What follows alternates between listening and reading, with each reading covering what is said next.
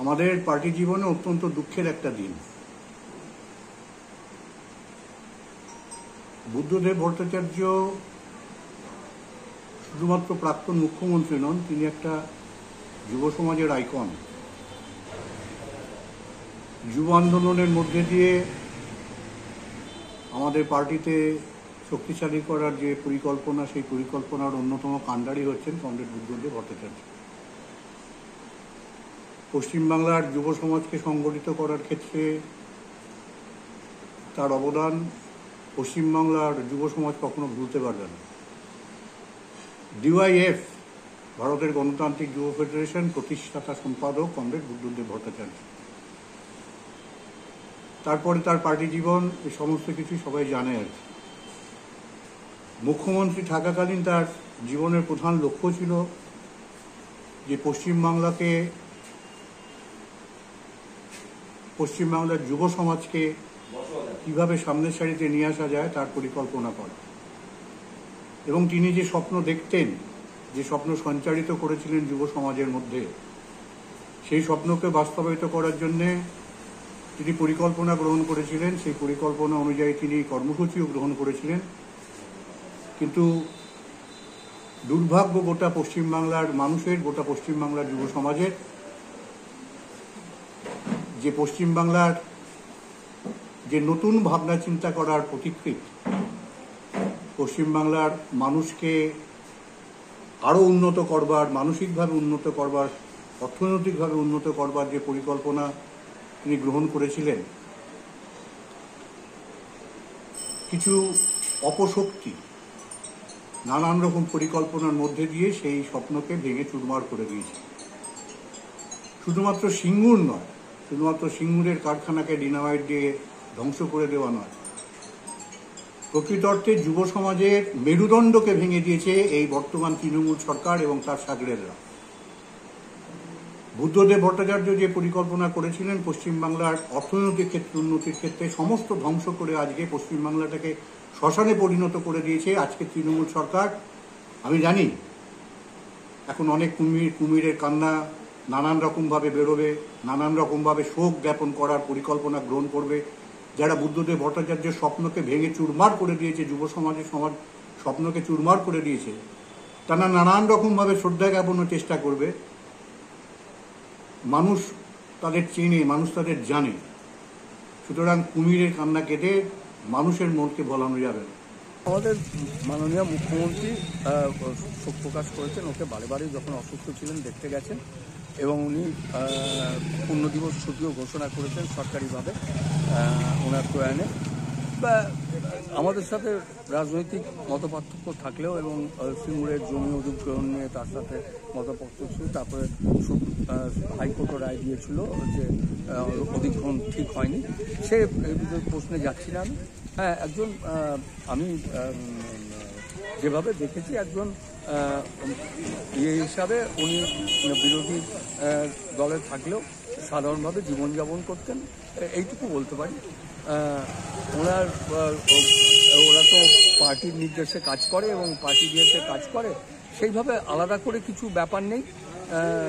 ওনার প্রয়াণে আমরা যেমনি শ্রদ্ধা নিবেদন করছি এবং শোক জ্ঞাপন করছি, ওনার পরিবার কর্মকে আমরা সমবেদনা জ্ঞাপন করছি। এখন ব্যক্তিগতভাবে তার ব্যক্তিত্বকে নিশ্চিত আমরা শ্রদ্ধা জানাবো, কিন্তু তার দল বা তার যে নীতি, এটা আমাদের সিঙ্গুরের মানুষ এটা ঠিক মেনে নিতে পারে, যার ফলে তার বিরুদ্ধে সিঙ্গুরের মানুষ গর্জে উঠেছিল স্বতঃস্ফূর্তভাবে। স্বাভাবিক কারণেই সেটা একটা ইতিহাস। তবে এটা ঠিক যে তার দল, তিনি ব্যক্তি হিসাবে হয়তো ভালো, কিন্তু তার দল তাকে যেভাবে পরিচালনা করেছে তাতে নিশ্চিতভাবে তার ব্যক্তিগত ইমেজে ক্ষতি হয়েছে। সেটা সিঙ্গুরের মানুষ, সারা রাজ্যের মানুষের কাছে। তাই ব্যক্তিগতভাবে তার ব্যক্তিত্ব এবং তার রাজপাট চালনা করার যে কৌশল পদ্ধতি, নিশ্চিতভাবে আমরা শ্রদ্ধা জানাবো।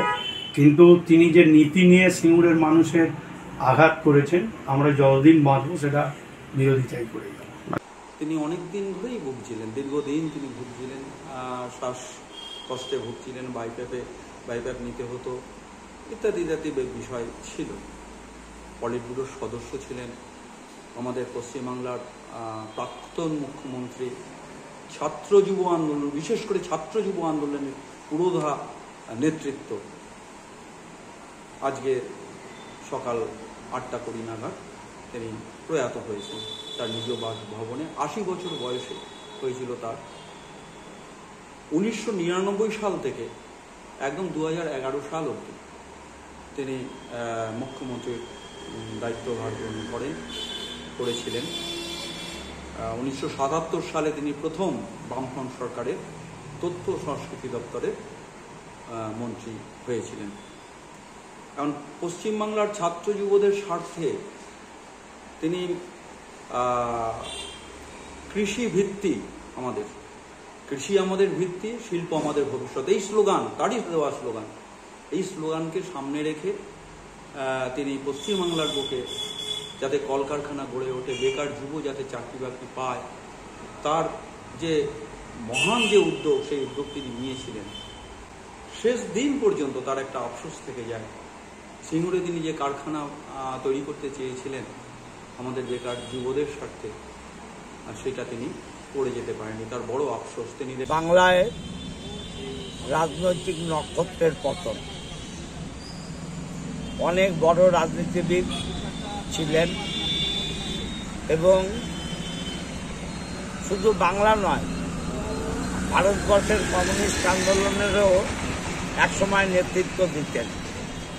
তার প্রয়াণে বাংলার তো ক্ষতি হলো ভারতবর্ষের পুরাতন রাজনৈতিক দর্শনে যারা বিশ্বাস করেন তাদের অন্যতম নায়কে।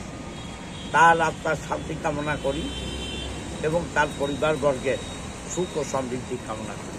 অ্যাকচুয়ালি খুব দুঃখজনক ঘটনা। উনি অনেকদিন ভুগছিলেন। আমাদের রাজ্যের মুখ্যমন্ত্রী ওনার চিকিৎসার জন্য বারবার গেছেন। একটা ভালো মানুষের মৃত্যু হলো। রাজনৈতিক অনেক মানুষের মৃত্যু হয়, কিন্তু আমরা যারা দক্ষিণপন্থী দল করি বুঝতে পারছি আমাদের কাছে একটা ভালো ব্যক্তিত্ব আমরা জানতাম। কারণ ওনার আমলে রাজ্যের মুখ্যমন্ত্রী তখন আমাদের হুগলি জেলায় প্রচুর সন্ত্রাস হতো এবং রোজই খানাকুল, গোঘাট ঠোকার সমস্ত জায়গাতে ঘর ছাড়া ছিল। আমি একটা টাইম এখানে প্রায় 2000 লোককে মমতা ব্যানার্জির নির্দেশে এখানে আশ্রয় দিয়েছিলাম। তাদের খাওয়া দাওয়া পথ থেকে শুরু করে সব কিছু করা হয়েছিল। এই যুদ্ধশ্রী দলুইকে যেভাবে খুন করা হয়েছিল খানাকুলে, তারপরে ওনাকে আমি একটা চিঠি পাঠিয়েছিলাম রাজ্যের মুখ্যমন্ত্রী হিসাবে। উনি চিঠি উত্তর আমাকে দিয়েছিলেন যে ব্যাপারটা আমরা দেখছি। তারপরে উনি হুগলির এসপিকে ফোনও করেন এবং অনেকটাই ওনার থেকে আমরা হেল্প পেয়েছিলাম সেই সময়। কিন্তু সন্ত্রাস তো বন্ধ হয়নি।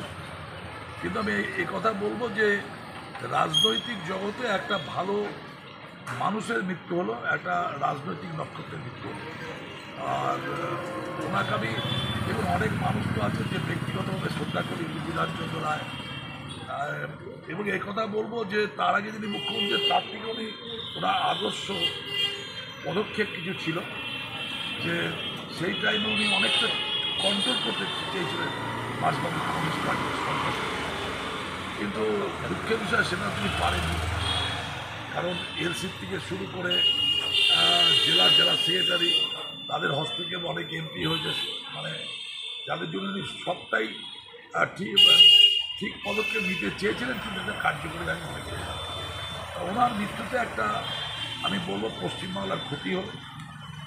আর ঈশ্বর আল্লাহ কোথায় আছে আমি জানি না। ঈশ্বরের কাছে প্রার্থনা করবো যে এই ব্যক্তিত্বের যেন আমার জন্ম, এই আদর্শের যেন আমার জন্ম। আমাদের ছেড়ে চলে গেলেন বুদ্ধদেব ভট্টাচার্য মহাশয়, প্রাক্তন মুখ্যমন্ত্রী আমাদের রাজ্যের। দীর্ঘদিন অসুস্থ ছিলেন, আজ তিনি পরলোক গমন করেছেন। আমরা হুগলি সাংগঠনিক জেলার পক্ষ থেকে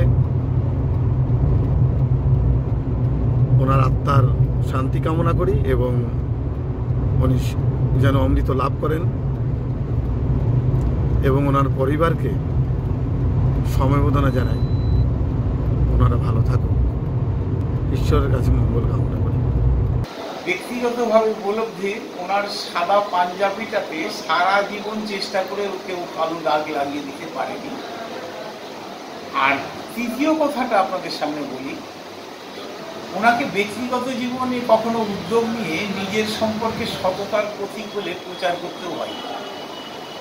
এর থেকে বেশি কিছু কথা বলার প্রয়োজন আছে বলে আমি মনে করি।